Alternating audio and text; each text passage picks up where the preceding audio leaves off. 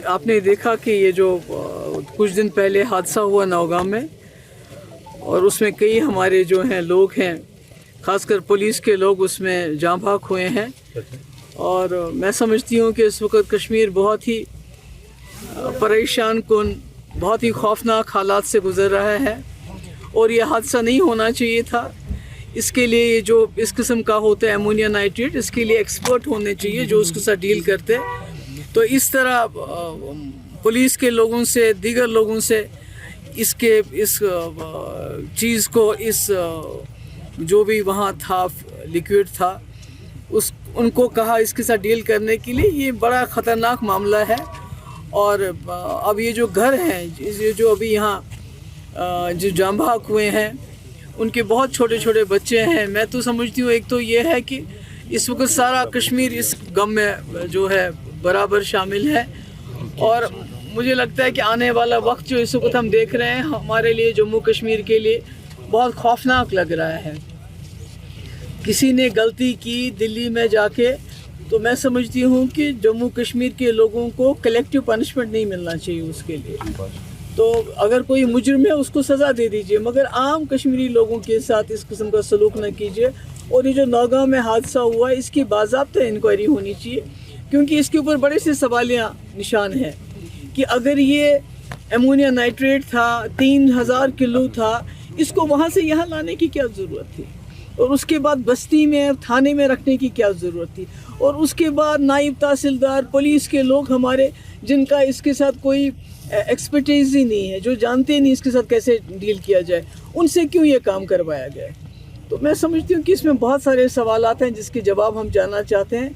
और अब इन ख़ानदानों का ख़ास ख्याल रखा जाना चाहिए। और जितने भी लोग इसमें जाँ भाग हुए, मैं समझती हूँ उनको बहादुरी का बड़े से बड़ा जो है इनाम दिया जाना चाहिए इसके लिए। ताकि आपने देखा कि ये जो कुछ दिन पहले हादसा हुआ नौगांव में, और उसमें कई हमारे जो हैं लोग हैं, खासकर पुलिस के लोग उसमें जाँ भाग हुए हैं।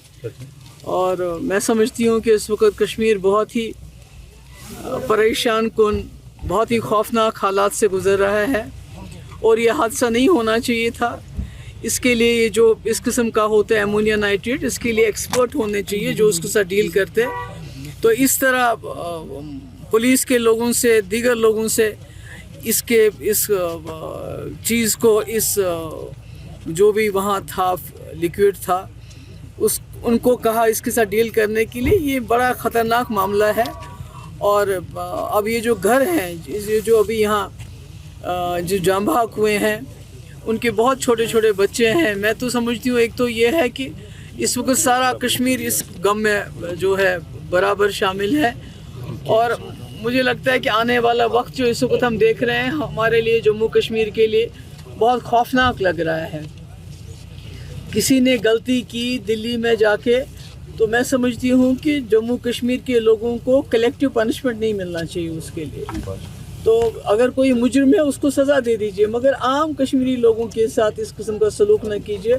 और ये जो नौगांव में हादसा हुआ है, इसकी बाज़ाब्ता इंक्वायरी होनी चाहिए, क्योंकि इसके ऊपर बड़े से सवालिया निशान हैं कि अगर ये अमोनिया नाइट्रेट था, 3000 किलो था, इसको वहाँ से यहाँ लाने की क्या ज़रूरत थी?